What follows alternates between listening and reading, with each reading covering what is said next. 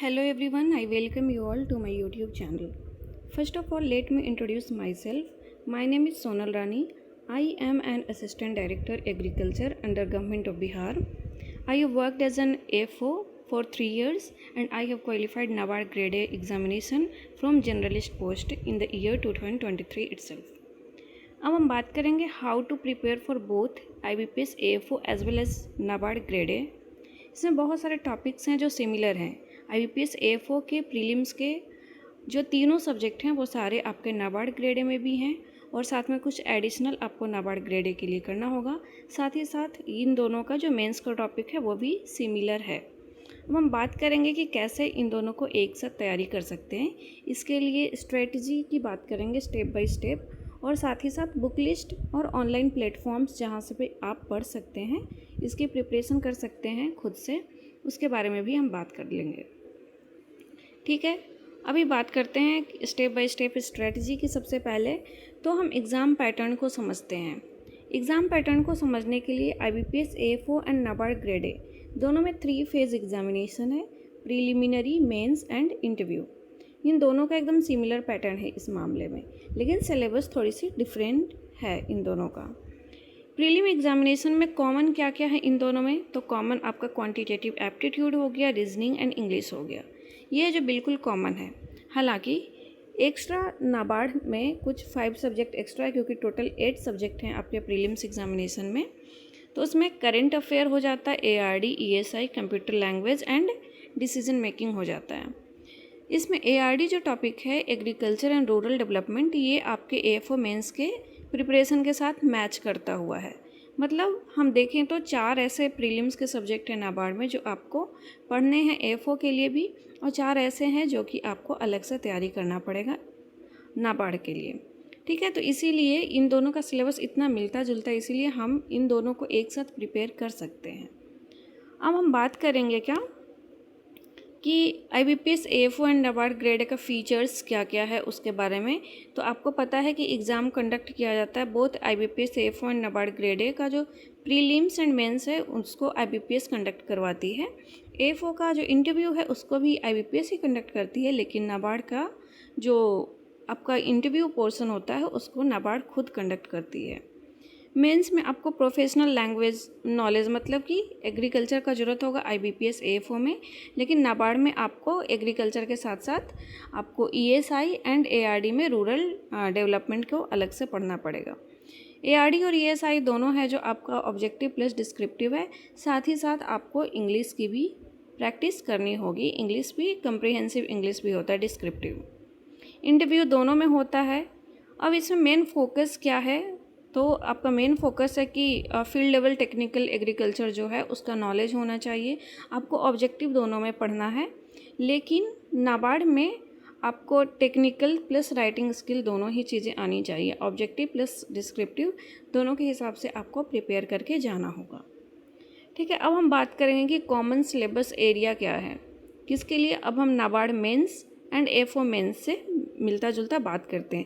Prelims की हमने कई बार बात करी है, यदि आपको नहीं मालूम तो आप मेरा NABARD ग्रेड ए का स्ट्रेटजी वीडियो देख सकते हैं। उसमें मैंने पूरा प्रीलिम्स को बहुत डिटेल में मैंने डिस्क्राइब किया है, और ज़रूरत होने पे फिर से कर सकती हूँ। तो क्या क्या चीज़ हम लोग साथ में पढ़ सकते हैं AFO के लिए और NABARD ग्रेड ए के लिए। तो इसमें आपका एग्रोनॉमी हो गया।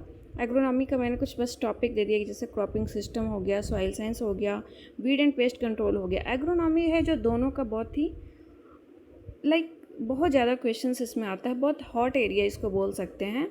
इसमें एग्रोनॉमी प्लस सॉइल साइंस, इन दोनों को आप बहुत अच्छे से करके जाएंगे, ये दोनों के लिए बहुत इंपॉर्टेंट है। Horticulture and animal husbandry, soil and water conservation, agricultural economics, farm management, irrigation and agro forestry, current agriculture schemes दोनों के लिए इम्पॉर्टेंट है। जैसे एग्जाम्पल में देख लिए प्रधानमंत्री कृषि सिंचाई योजना, प्रधानमंत्री फसल बीमा योजना, ये सभी आप पढ़ के जा सकते हैं। हम बात करते हैं कि ये सब कॉमन एरिया तो ठीक है, आपको भी पता है और मैंने बता दिया है, लेकिन बुक्स क्या क्या है इन कॉमन टॉपिक्स को पढ़ने के लिए, एग्रीकल्चर को मेनली पढ़ने के लिए क्या क्या बुक्स हैं ये हम देख लेते हैं। तो एग्रीकल्चर एट अ ग्लांस आप RK शर्मा का पढ़ सकते हैं। कॉम्पिटिटिव एग्रीकल्चर नेम रस सुंडा के लिए पढ़ सकते हैं, लेकिन आपको फिर भी लगता है कि मुझे थोड़ा सा बेसिक भी पता होना चाहिए, बेसिक्स भी मैं पढ़ना चाहता हूँ, तो आप अरुण कात्यायन की बुक पढ़ सकते हो, वॉल्यूम 1 एंड वॉल्यूम 2। ये बहुत अच्छा बुक है, बहुत बेसिक्स इसमें समझाया हुआ है और ये ज़्यादा टफ नहीं है। जो कॉमनली क्वेश्चंस उठ के आते हैं ना, वो आपको अरुण कात्यायन में मिल जाएंगे। तो आप यदि पहले से अरुण कात्यायन नहीं पढ़ के रखे हैं तो आप इसको पहले पढ़ें, उसके बाद फिर आर के शर्मा या फिर नेमराज सुंडा में से कोई भी एक पढ़ सकते हो। बाकी ऑब्जेक्टिव क्वेश्चन करने के लिए एस आर कांतवा की बुक अच्छी है। और साथ ही साथ यदि आपको स्कीम्स वगैरह पढ़ने हैं, यदि क्या आपको तो पढ़ने ही है इन दोनों के लिए, तो कुरुक्षेत्र या फिर योजना मैगजीन आप फॉलो कर सकते हैं इसके लिए।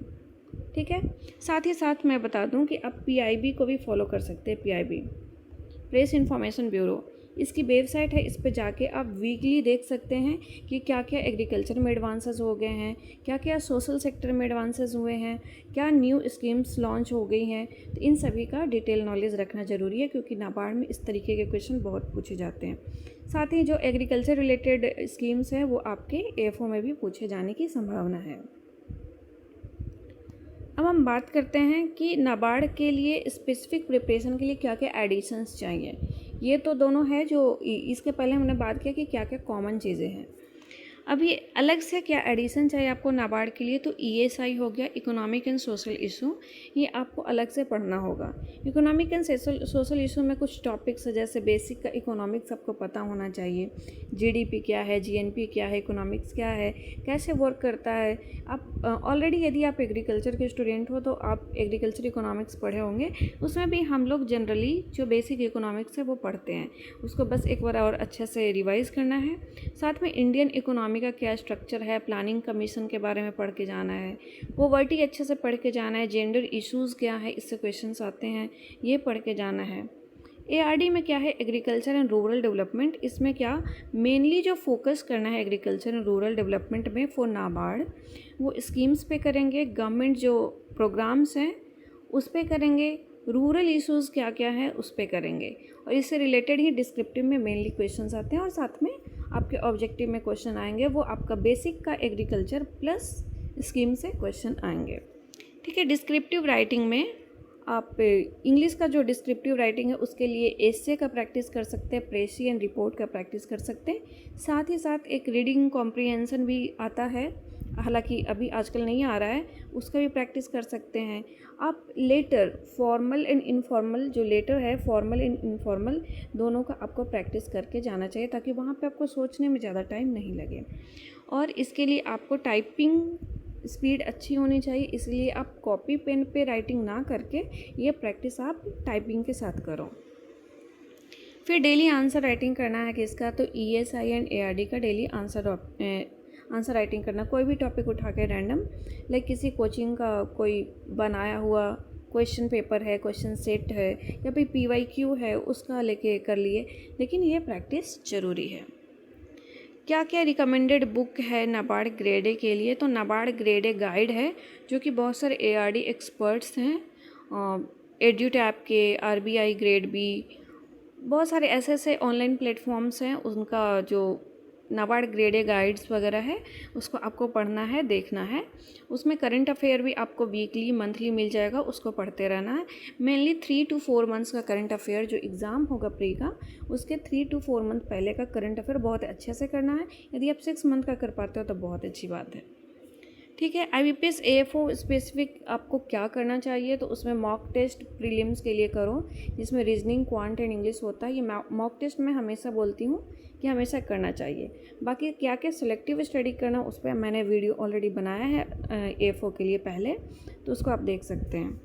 ऑब्जेक्टिव एग्रीकल्चर आप जो SR कांतवा की बुक थी MCQ की, उसको आप प्रैक्टिस कर सकते हैं। साथ में जो प्रीवियस ईयर क्वेश्चंस हैं जितने भी मेंस के, वो सब आप एग्रीकल्चर का करके जाओगे।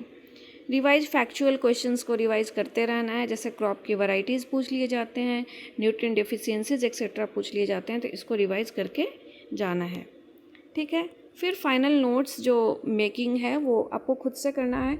यदि आप कितने भी बुक्स कहीं से भी सोर्सेज उठा के पढ़ रहे हो, लेकिन एक शॉर्ट नोट आपका अपना होना चाहिए, जिसको कि आप लास्ट में रिवाइज कर सके, तो वो नोट मेकिंग आपको करना है। और कुछ चीज़ें ध्यान रखो कि कंसिस्टेंसी जो है वो मैटर करता है। आप कितने घंटे एक दिन पढ़ते हैं वो ज़्यादा मैटर नहीं करता, आप कितने घंटे डेली पढ़ लेते हैं वो ज़्यादा मैटर करता है, ठीक है। जो डिस्क्रिप्टिव प्रैक्टिस है नाबार्ड के लिए उसको स्किप नहीं करना है, उसको करते रहना है। और कोई भी यदि आप टॉपिक या फिर कोई एक सब्जेक्ट उठा रहे हो उसके लिए बहुत सारी बुक्स नहीं पढ़ना, सेम टॉपिक के लिए हर किताब में जाके नहीं पढ़ना है।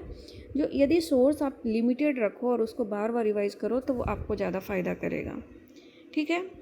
याद रखना क्या है कि IBPS AFO का जो टेस्ट है वो टेक्निकल फील्ड नॉलेज का टेस्ट है, जिसमें सिर्फ आपको एग्रीकल्चर पूछे जाएंगे और साथ साथ स्कीम्स पूछे जाएंगे। जबकि जो नाबार्ड है उसमें दोनों ही चीज़ें हैं, क्या क्या पॉलिसी है, राइटिंग है, कॉन्सेप्चुअल क्लैरिटी होनी चाहिए, तभी आपके ऑब्जेक्टिव बनेंगे। और डिस्क्रिप्टिव के लिए आपको आंसर राइटिंग भी आनी चाहिए, मतलब कि राइटिंग स्किल भी अच्छा होना चाहिए, ठीक है। आई थिंक इससे आपको तैयारी करने में थोड़ी मदद मिलेगी, थोड़ा मोटिवेशन आपका अप हुआ होगा कि इन दोनों का तैयारी साथ में कर सकते हैं। अब हम लोग अलग अलग बात करेंगे बाद में कि कैसे नाबार्ड का डिटेल में की तैयारी कर सकते हैं, कैसे AFO का करते हैं, ठीक है। Thank you so much.